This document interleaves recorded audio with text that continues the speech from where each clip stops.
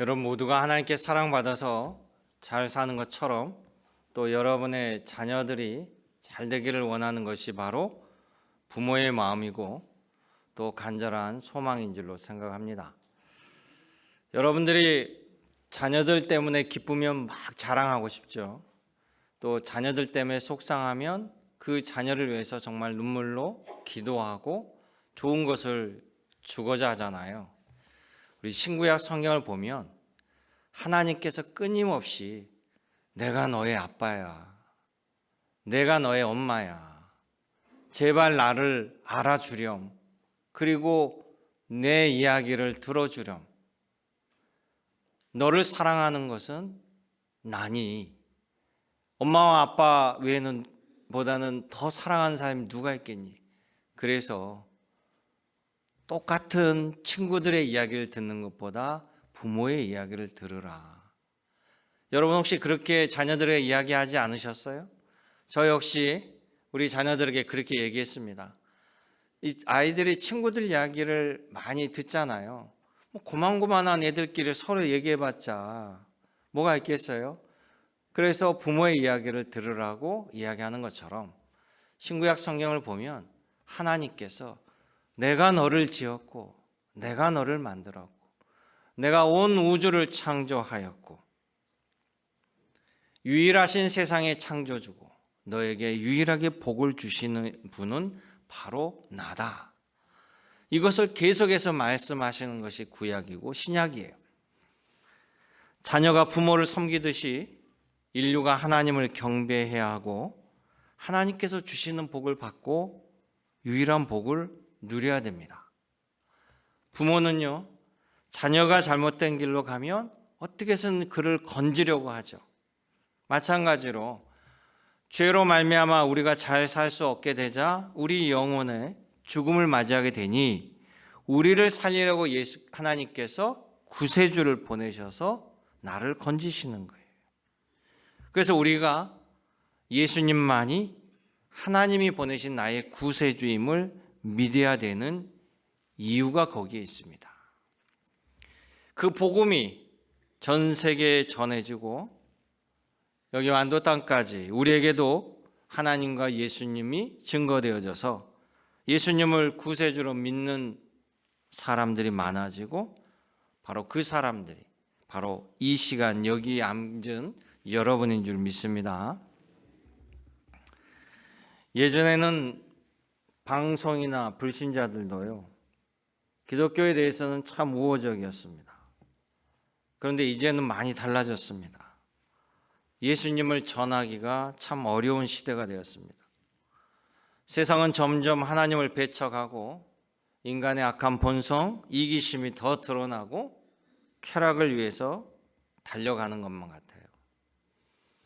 물론 일부 기독교인들의 일탈도 한 몫을 했습니다. 그러기에 우리도 반성해야 됩니다. 특히 요즘 문화 콘텐츠라고 하는 방송이나 영화, 여러 매스미디어를 보면요, 전에 없던 반기독교적입니다.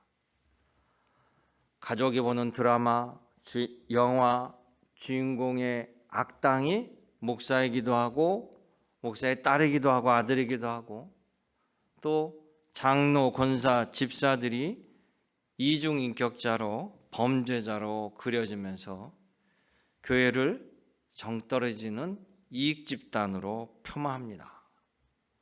그런 반면에 무당, 점쟁이들, 무속인들이 텔레비전에서 각광을 받는 시대, 각종 예능에서 활발히 무속신앙을 전합니다.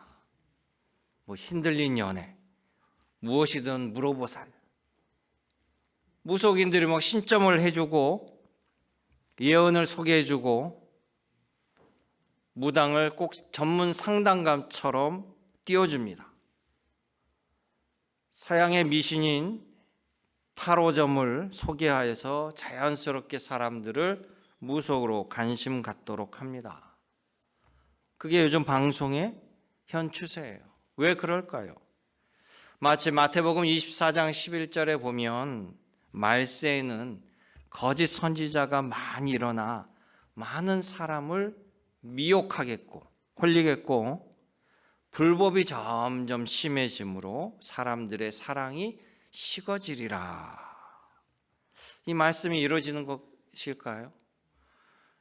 많은 분들이 요즘에는 옛날과 달리 이웃들하고도 정이 많이 없는 것 같아요. 예전에는 다 내 집이 네 집이고 네 집이 내 집인 것처럼 문을 다 활짝 열고 서로 정이 참 많았는데 이제 이 시골까지도 그런 정이 다 끊어진 것 같아요 라고 하시는 분들도 있어요. 예수님이 우리에게 또 다른 말씀을 예견하시고 주셨습니다. 마태복음 24장 13절에 보면 그 끝에 그러나 끝까지 인내하고 견디는 자는 구원을 받으리라. 아멘. 그래서 우리 완도제일교회 교인들은요, 오직 예수님의 가르침을 따라 정도를 걸어야 될 줄로 믿습니다. 날마다 내 죄를 참여하고 십자가의 은혜를 감사하고 우리가 부활의 영광을 입을 자격을 갖추면서 날마다 삶을 바르게 하나님을 섬기는 신앙이 되어야 될 줄로 생각합니다. 그것이 바로 주님께 복받는 길이에요. 오늘 신명기 9장을 보면 이 가나안 땅에 사는 가나안 주민들은 그 땅에서 쫓겨나게 됩니다. 그들이 왜 그 땅에서 쫓겨나게 되는지 그 이유를 알려주셔요. 땅을 주시는 이는 하나님이세요. 그런데 왜 그들은 그 땅에서 쫓겨날까요? 그리고 왜 이스라엘은 그 땅을 차지하게 될까요? 하나님 말씀에 답이 있습니다. 바로 이 말씀이 오늘 나에게 주시는 말씀으로 여러분 모두가 받으시기를 주님의 이름으로 간구드립니다. 그래서 오늘 이 신명기 9장을 보면 첫째, 이 가나안 족속은요 악하고 불순종으로 말미암아 그 땅에서 쫓겨나게 된다라는 거예요. 분명히 하나님은 그 말씀을 9장 4절에 하고 계십니다. 뭐라고 하냐면 이 민족들이 악함으로 말미암아 여호와께서 그들을 쫓아내신다. 이렇게 기록하고 있어요. 성경은 땅을 주시는 분이 하나님이시라고 얘기해요. 땅을 주어 우리를 정착하며 잘 살게 하는 것이 바로 하나님의 복입니다. 그래서 아담과 하와를 하나님께서 지으시고 그들에게 무엇을 줘요? 에덴 동산을. 그들이 원 없이 불편 없이 잘 살아갈 수 있는 풍요를 누리는 땅 에덴 동산을 허락하신 거예요. 그런데 그들이 범죄하니까 어떻게 됐습니까? 그 에덴 동산에서 쫓겨나게 되고 거주하지 못하게 돼요. 아담과 하와의 아들 가인이 살인죄를 저지를 때 그가 받은 벌이 뭡니까? 너는 땅에 정착하지 말고 유리하는 자가 되라. 유리하는 게 벌이었어요. 그러게 지금 이스라엘이 가나안 땅에 들어가서 이 가나안 족속을 쫓아내고 그 땅을 차지하라는 것은 바로 가나안 족속에게 내리는 하나님의 벌이라는 거예요. 그러면 왜 그들은 이런 심판을 당해야 하는가? 그 역시 하나님께서 기록해 두고 계십니다. 첫째는 이 세상을 지으신 창조주 하나님을 믿지 아니하고 모르고 외면한 채. 여러분 성경은 내 부모를 공경하라고 해요. 육신의 부모도 당연히 공경하는 게 자녀의 도리이거늘 우리를 지으신 창조주 아버지 하나님을 모른다는 것은 있을 수 없습니다. 두 번째는 창조주 하나님은 선하게 세상을 창조하셨어요. 그러니 하나님께서 악하다고 하는 일들을 이 가나안 족속이 계속해서 행하고 있기 때문에 하나님께서는 그것을 멈춰야 하는 거예요. 그러니 그것을 멈추고 돌아오는 것이 회개잖아요. 세 번째는 회개하지 않는 이들을 심판하지 아니하면 이 악함이 계속해서 온 세상을 물들기 때문에 9장 4절에 하나님께서 이 민족이 악함으로 말미암아 내가 그들을 쫓아낼 수밖에 없다라고 기록하고 있습니다. 그들의 악함은 무엇인가? 맨 처음 하나님 알지 못하는 죄 중에 이 가나안 족속은요, 가나안 땅 안에서 자신들이 풍요를 누릴 수 있는 복받는 길은 바로 비의 신, 바알 신, 풍요의 신, 아스타롯 여신 뿐만 아니라 몰록 신, 여러 우상들을 자기네들이 만들어서 그 신을 섬긴다고 했어요. 그러면서 그 신들에게 제사 드리는 방식이, 제사 행위가 성적인 타락과 그 다음에 심지어 자기의 아이를 인신으로 제사를 드리는, 살아있는 아이를 제물로 바치는 그런 끔찍한 제사의 방식을 취했다는 거예요. 하나님이 허락한 적도 없고 하나님이 가르쳐 준 적도 없고 그들이 어떤 실존하지 않는 신에 대해서 그렇게 그들이 생각하면서 패악을 저질렀습니다. 하나님께서 오죽했으면 민수기나 레위기를 보면 가장 가증하게 여기는 제사의 방식이 인신제사라고 여겼다라는 거예요. 하나님은 하나님이 만드신 모든 사람들을 사랑하시지만 죄에 대해서는 단호하게 주님께서 심판하시겠다고 했어요. 그러니까 죄에 대해서는 인내하시지만 하나님은 영원한 인내는 아닙니다. 거기에 대해서 반드시 심판을 물으시는 거예요. 또한 하나님은요, 우리 믿는 자들의 간구와 기도의 삶을 주님이 보시고 들으시죠. 솔로몬이 성전을 지어서 하나님께 봉헌할 때 여기 있는 역대하 말씀처럼 내 눈과 내 귀와 내 마음이 모든 것이 너희와 함께하고 너의 기도를 들으시겠다라고 하신 것처럼 믿지 않는 자들도 하나님이 지켜보시고 그들의 삶을 주관하신다라는 거예요. 그러니까 가나안 땅 그 족속들이 그들의 사는 모습을 주님이 다 아시는 거죠. 그래서 그들의 죄악이 가득하니까 결국 그때 하나님께서 심판하신 겁니다. 레위기 18장 24절에 보면 이렇게 나옵니다. 가나안 족속들의 모든 것이 더러워지고 그 땅도 그들로 인하여 더러워졌으므로 내가 그들의 악으로 말미암아 벌하고 그 땅도 스스로 이 주민들을 토해내느니라. 아멘. 그래서 신명기 7장에 이스라엘 백성들이 가나안 땅에 들어갈 때 너희는 그냥 들어가는 게 아니라 전쟁을 하며 들어가야, 정복을 하며 들어가야 되는데 그때 모두 다 진멸해라, 모두 다 쫓아내라, 어떤 것도 취하지 마라. 왜? 그들을 긍휼히 보지 말고 불쌍히 여기지 말고 그들의 신을 섬기지 말고 그들의 남긴 것을 취하지 말라. 그것들이 오히려 너에게 올무가 될 것이다. 하나님의 말씀이에요. 그러게 사랑하는 성도 여러분, 분명히 말씀드릴 수 있는 것은 하나님 앞에서 자기 죄로 자기가 망한다는 사실을 기억하시길 원합니다. 하나님께서는 여러분들이 잘 살길 원하세요. 그러니 잘 살라고 주신 하나님께서 주신 인생, 구주 예수님의 말씀 가르침 따라 살면서 복 있는 삶을 살아가시기를 주님의 이름으로 당부드립니다. 두 번째는 그러면 그 땅에 들어가는 이스라엘 백성들을 보고 뭐라고 말씀하시는가? 이스라엘도요, 불순종한 백성이라고 말씀합니다. 그들도 심판받을 백성이라고 얘기하셔요. 자, 7절의 말씀을 보세요. 7절. 신명기 9장 7절 말씀 같이 읽어볼까요? 너는 광야에서 내 하나님 여호와를 경노하게 하던 일을 잊지 말고 기억하라.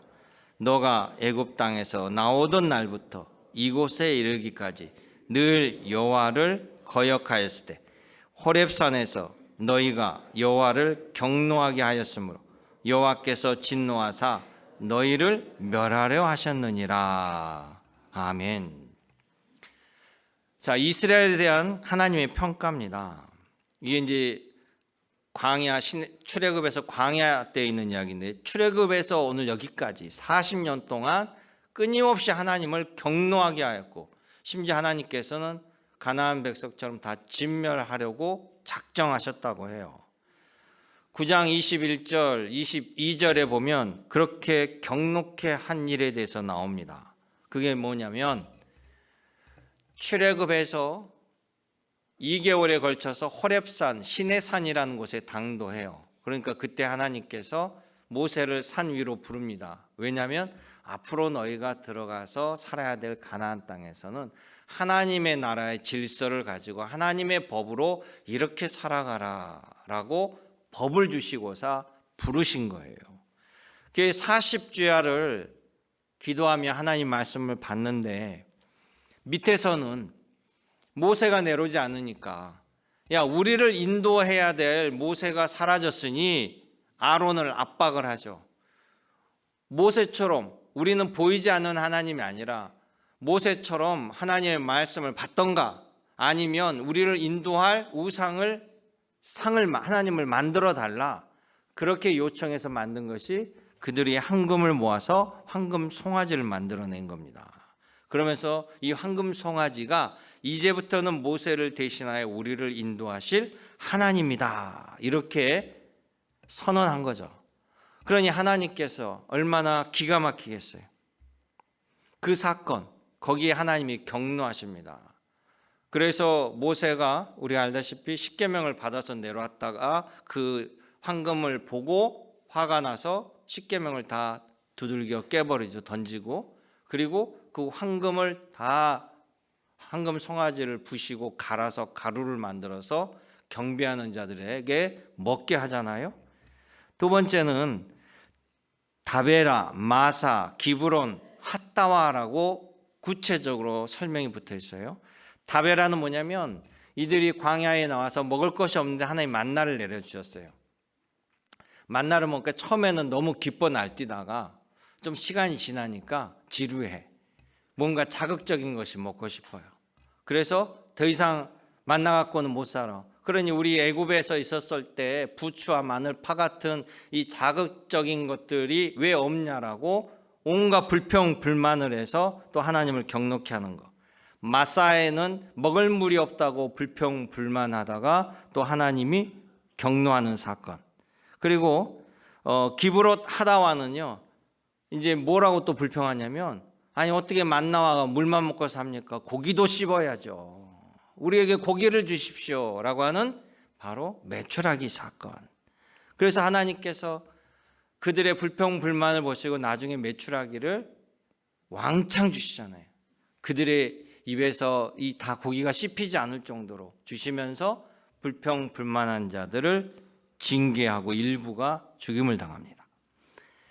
해줘도 감사함이 없고 해줘도 또 다른 걸 찾고 불평 불만하고 끊임없이 하나님을 외면하고 자극하고 하나님을 경노케 했습니다. 세 번째 그들이 하나님을 경노케 한 것은 출애굽에서 2년 만에 가나안 땅 앞에 도착한 거예요. 이제 들어가면 됩니다. 그게 바로 가네스 바네아예요. 근데 그곳에서 갑자기 이들이 자기네들끼리 모여서 회의하더니 정탐꾼을 뽑은 거예요. 원래는 하나님이 정탐꾼 뽑으라고 명령하지 않았어요. 왜? 하나님이 이 땅으로 데리고 들어온다고 했기 때문에 그 땅을 안 들어갈 이유가 없고 선택할 이유가 없는데 그들은 이 땅이 어떤지 보자라고 해서 그 말은 뭡니까? 아니면 못 들어가고 그래서 정탐꾼을 보냈잖아요. 그 정탐꾼이 들어갔습니다. 12명을 뽑아서 나름대로 그래도 신실하다는 사람 12명을 뽑아서 들여보냈는데 갔다 와서 하는 보고가 음식은 풍성해요. 뭐 열매도 많고 포도도 많고 좋은 것 같아요. 근데 못 들어갑니다. 그 이유가 뭐냐? 그곳에 살고 있는 주민들이 엄청나게 거인들입니다. 그들에 비하면 우리는 메뚜기밖에 안 되고 우리는 그들의 밥입니다. 못 들어갑니다. 그러니까 이제 그들이 울고 불고 그 이야기를 듣고 하나님께 원망하죠. 아니 왜 우리를 여기까지 끌고 와서 여기서 죽게 만드냐고 그들이 하나님께 항의를 합니다. 자, 그래서 신명기 9장 2절 보세요. 지금 그 뒤로 40년이 지났잖아요.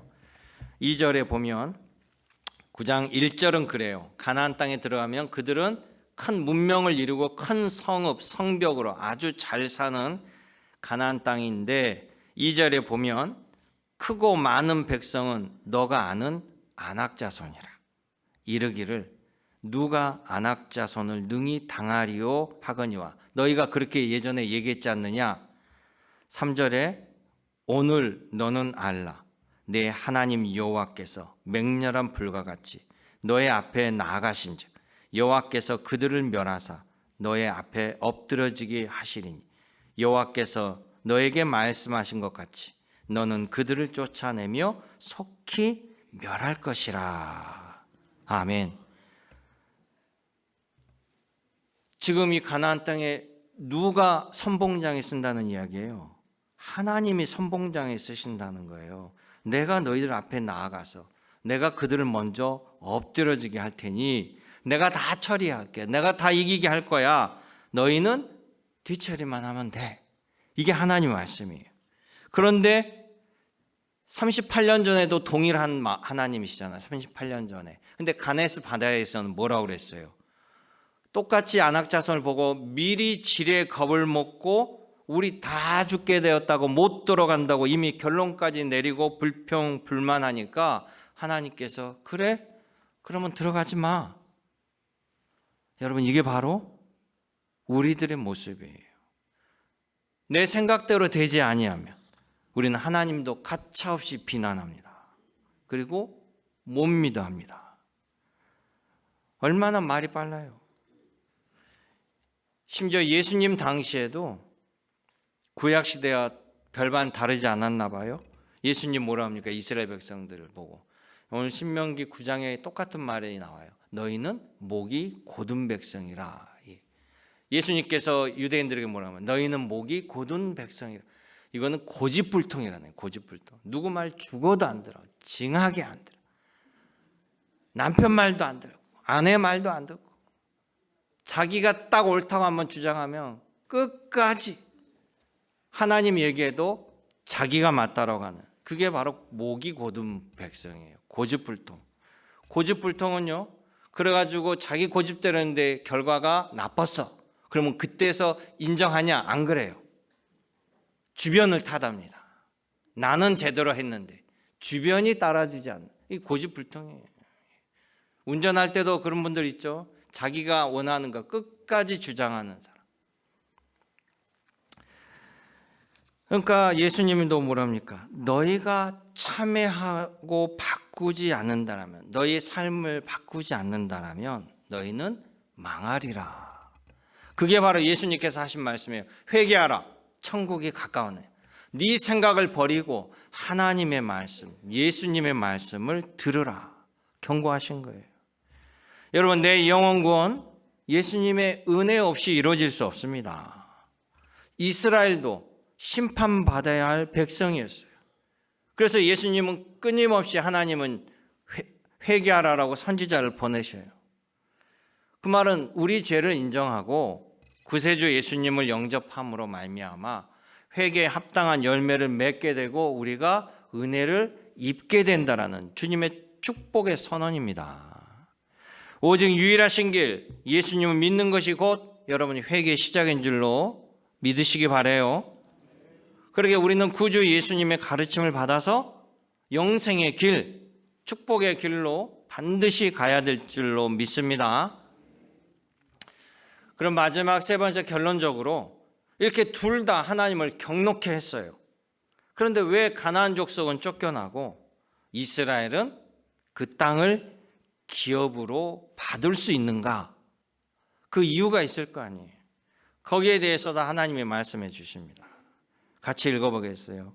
9장 5절에 너가 가서 그 땅을 차지함은 너의 공의로 말미암음도 아니며 내 마음이 정직함으로 말미암음도 아니요 이 민족들이 악함으로 말미암아 내 하나님 여호와께서 그들을 내 앞에서 쫓아내심이라. 여호와께서 이같이 하심은 너의 조상 아브라함과 이삭과 야곱에게 하신 맹세를 이루려 하심이라. 아멘. 분명하게 그 이유를 말씀해 주십니다.